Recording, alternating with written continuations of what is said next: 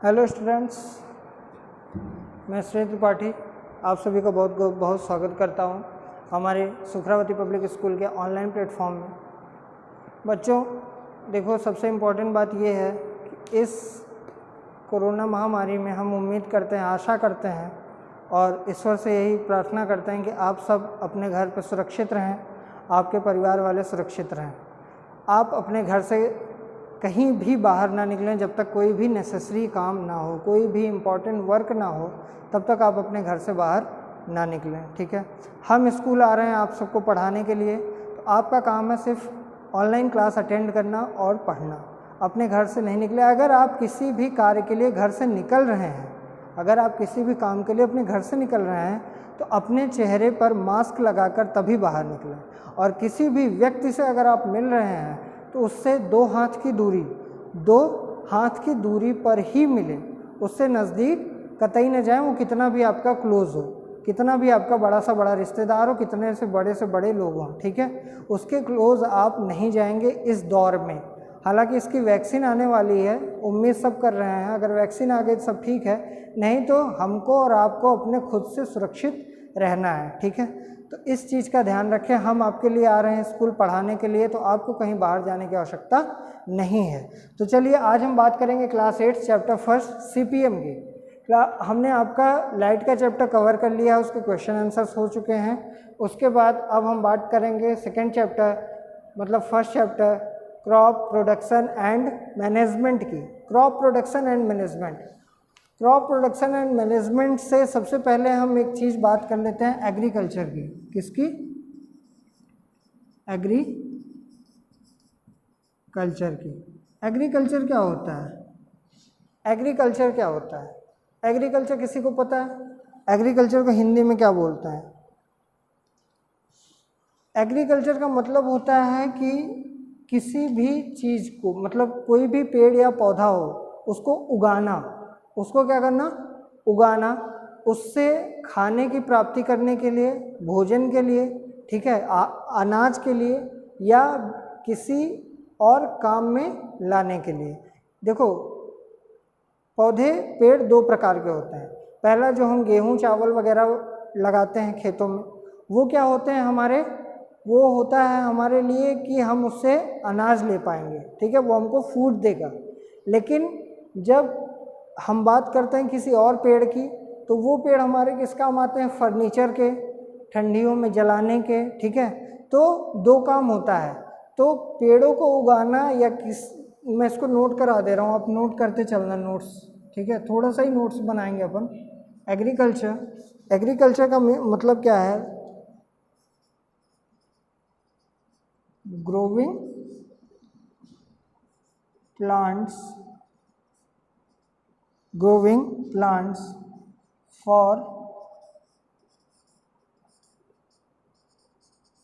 getting food and other useful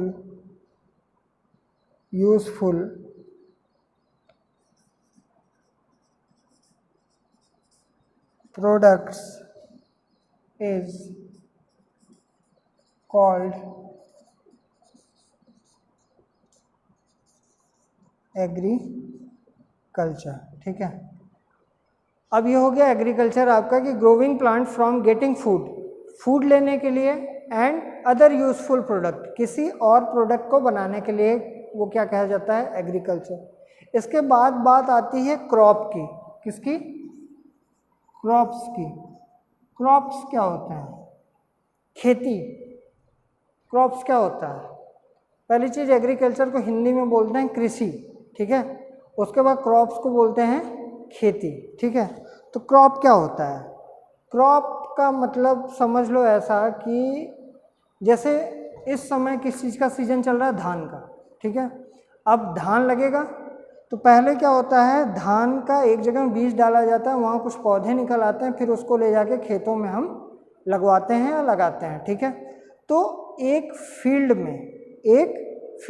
का मतलब खेत, एक फील्ड में एक ही वैरायटी के ज़्यादा तरीकों के पेड़ लगाने को क्या कहा जाता है?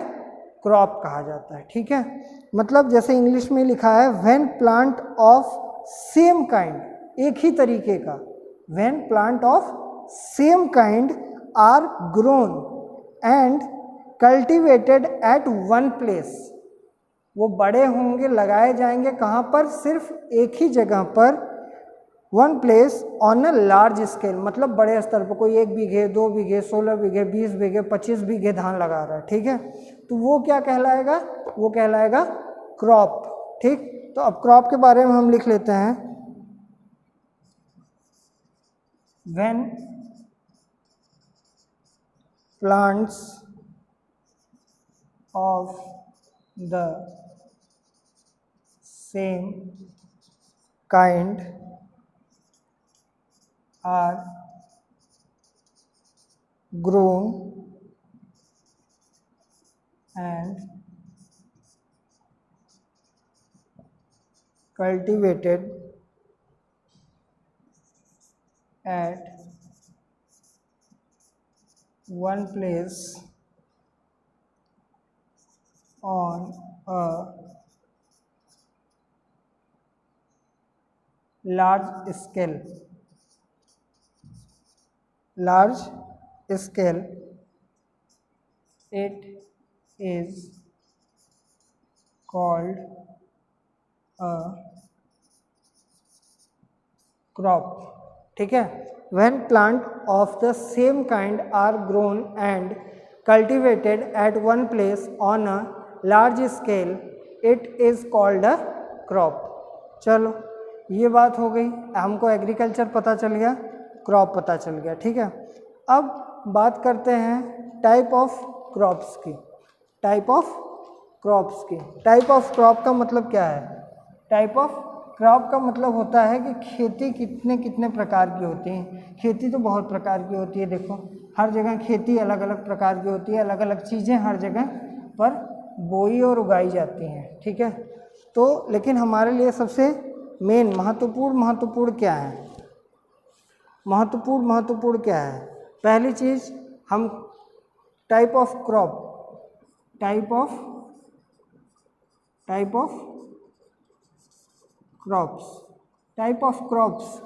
ऑफ क्रॉप में क्या क्या होता है? देखो जैसे पहला पॉइंट फूड ग्रेन, हमको खाने के लिए चाहिए।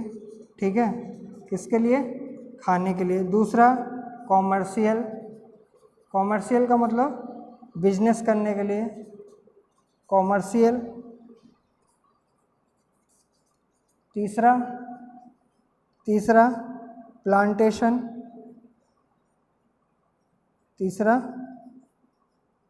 प्लांटेशन, और चौथा हॉर्टिकल्चर।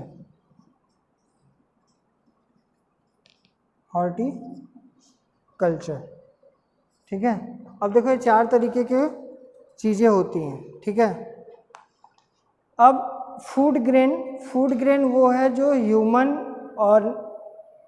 ह्यूमन के लिए और एनिमल्स के लिए काम आता है, वो क्या होता है? Food grain. अब फूड ग्रेन में क्या क्या आता है? फूड ग्रेन में आता है राइस, व्हीट, पल्स। ठीक है, ये सारी चीज़ें। ग्रेन का मतलब जो अनाज हो, ग्रेन का मतलब अनाज। ठीक है, उसके बाद कॉमर्शियल क्रॉप का मतलब कि जिससे हम क्या कर सकते हैं? बिजनेस कर सकते हैं। जैसे कॉटन हो गया, जूट हो गया, शुगर केन हो गया। अब शुगर केन का मतलब गन्ना। अब उस गन्ने से हम क्या बनाते हैं? उस गन्ने से हम चीनी भी बना सकते हैं। ठीक है, तो और हो जाता है टोबैको का मतलब जैसे जर्दा होता है। ठीक है, और ऑयल सीड का मतलब जिससे हम तेल निकालते हैं, जैसे नीम हो गया, सरसों हो गया, आपके कई सारे पेड़ होते हैं। छोड़ो, उसके बाद प्लांटेशन का मतलब कि जो छोटे छोटे होते हैं, बड़े भी होते हैं, लेकिन वो क्या करते हैं? वो हमेशा यूज़ में भी आते हैं और नहीं भी आते हैं। जैसे वो सीज़न वाइज भी चलते हैं और नहीं भी चलते हैं। जैसे कॉफ़ी, टी, कोकोनट।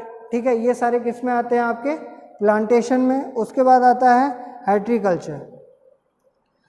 प्लांटेशन का मतलब ये भी होता है कि जो लार्ज एरिया में हो। ठीक है, जैसे आप आसाम चले गए। आसाम में अब वहाँ पे एक ही चीज़ की ज़्यादा खेती होती है, वो क्या है, चाय है। साउथ में चले गए, साउथ में दो चीज़ें हैं, कॉफ़ी है, कोकोनट है, ठीक है। अब देखो हॉर्टिकल्चर ये सेक्शन बनाया गया है वेजिटेबल्स के लिए, ये सेक्शन किसके लिए बनाया गया है, वेजिटेबल एंड फ्रूट्स के लिए, ठीक है। तो चलो इसके बाद क्रॉप में हम बात करते हैं, क्रॉप में बात करते हैं खरीफ क्रॉप की, किसकी, खरीफ की। खरीफ क्रॉप में आता है आपका मेज़ आता है, पैडी आता है, ग्राउंड नट आता है, कॉटन आता है, ठीक है। सोयाबीन भी आता है इसी में। खरीफ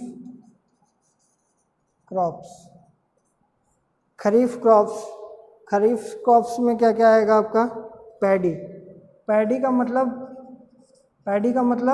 धान, पैडी का मतलब क्या होता है, धान, ठीक है। इसके बाद मेज़ का मतलब आप वो जो भुट्टा खाते हो ना, उसको बोलते हैं मेज़। इसके बाद आता है ग्राउंड नट, आप सब ने खाया होगा। ग्राउंड नट वो मूंगफली आती है ना, मूंगफली ऐसे करके दो पार्ट में होती है, एक दाना यहाँ होता है, एक दाना यहाँ होता है, बीच से तोड़ना पड़ता है, ठीक है, वो क्या होती है, ग्राउंड नट होती है। इसके बाद आता है आपका कॉटन, क्या आता है, कॉटन, ठीक है। अब इन सबको उगाने का एक समय होता है, और वो समय क्या होता है, जून टू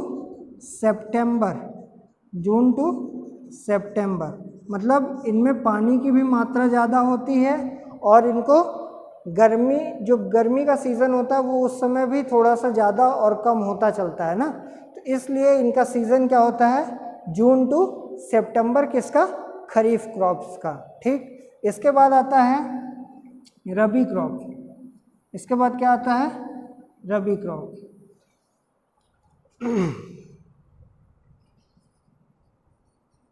रबी क्रॉप्स, ठीक। रबी क्रॉप में आपका क्या आएगा, रबी क्रॉप में आएगा आपका वीट, ग्राम मतलब चना, ठीक है, पी का मतलब मटर, ठीक है, मस्टर्ड का मतलब सरसों, और लिनसीड, ठीक है, ये चीज़ें हैं। अब इनके उगाने का समय क्या होता है, इनका उगाने का समय होता है अक्टूबर टू मार्च। इनके उगाने का समय कब होता है, अक्टूबर से मार्च। खरीफ क्रॉप कब उगेगा, जून से सितंबर, और रबी क्रॉप कब उगेगा, अक्टूबर से मार्च, ठीक है। इसके बाद जैसे, हाँ चलो, इसके बाद एक चीज़ और होती है, उसको बोलते हैं जैद, क्या बोलते हैं, जैद,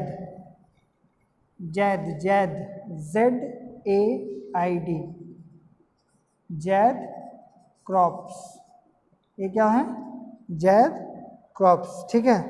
अब जैद क्रॉप में क्या होता है आपका, musk Malone,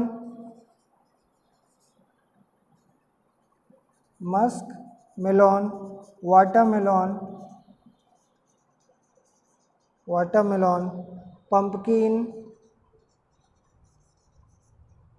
pumpkin and bitter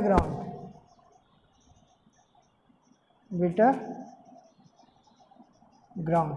देखो मस्क मेलोन का मतलब होता है तरबूज, वाटरमेलोन का मतलब होता है खरबूज, पंपकिन का मतलब कद्दू, और बिटर ग्राउंड का मतलब करेला, ठीक है। और इनके उगाने का समय होता है मार्च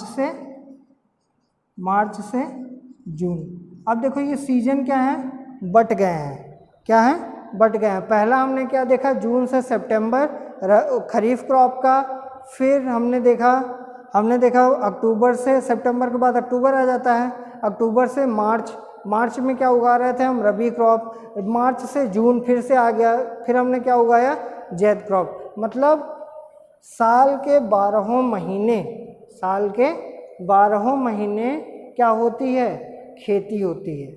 और कैसी खेती होती है, अलग अलग तरीके की खेती होती है, ठीक है। इसमें देखो आपके पेज नंबर 13 में है, basic practices crop production, the activities और task required to perform for the cultivation of crop are referred to a agriculture practices. चलो ठीक है, basic agriculture activities. Basic agriculture activities में क्या होता है, खेती करने के लिए हमको सबसे इम्पोर्टेंट चीज़ें क्या होनी चाहिए, बेसिक एग्रीकल्चर एक्टिविटीज़। मैं शॉर्ट फॉर्म में लिखा हूँ, आप समझ जाइएगा। पहला चीज़ हमको क्या करना पड़ेगा, अपनी मिट्टी के लिए प्रिपरेशन करनी पड़ेगी, ठीक है। उसकी जुताई करनी पड़ेगी, ट्रैक्टर बुलवाना पड़ेगा, उसको जोतना पड़ेगा, ठीक है। तो पहले preparation of soil, preparation of soil, ठीक है। फिर सेकेंड चीज़ आती है, अब भाई खेत बन गया हमारा। खेत बनने के बाद हमने क्या किया, अब हम खेत में गए, क्या करेंगे, अब उसमें बीज डालेंगे, सीड करेंगे, ठीक है। तो हम क्या करेंगे, showing of seed, showing of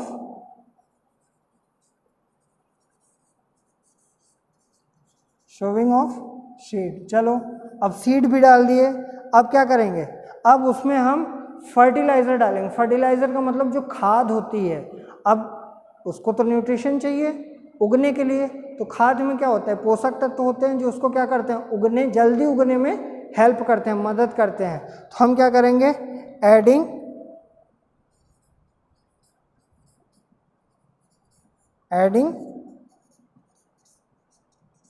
fertiliser, क्या करेंगे, एडिंग फर्टिलाइज़र। अब चलो फर्टिलाइज़र भी ऐड कर दिए।